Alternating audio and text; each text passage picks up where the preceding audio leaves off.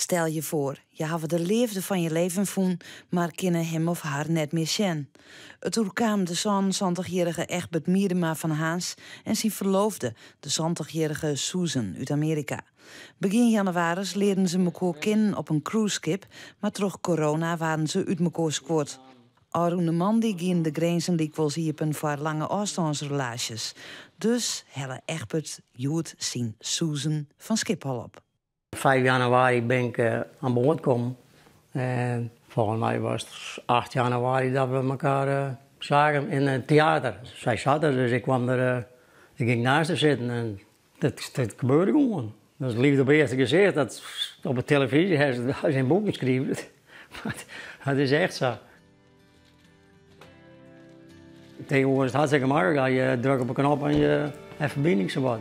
WhatsApp en videobellen en al die dingen, ook berichtjes sturen. Ja, dat kent me wel heel dichtbij zien, maar ja, er blijft toch 6000 mijl tussen zitten.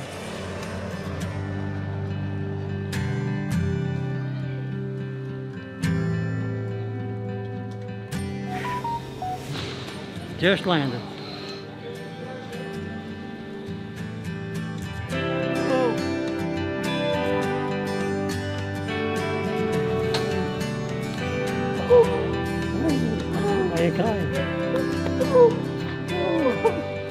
Ja, ongelooflijk.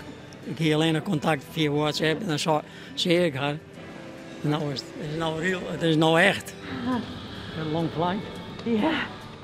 It was a very long wait. 5-6 months. And I had to go through all the questions and everything. It wasn't easy. But You're here. But I made it. Wat is het plan nou? We don't know yet whether it's better to get married in the States or in the Netherlands. We'll do whatever's best. Just so we don't get separated again. I can't do that separation thing again. That was too much.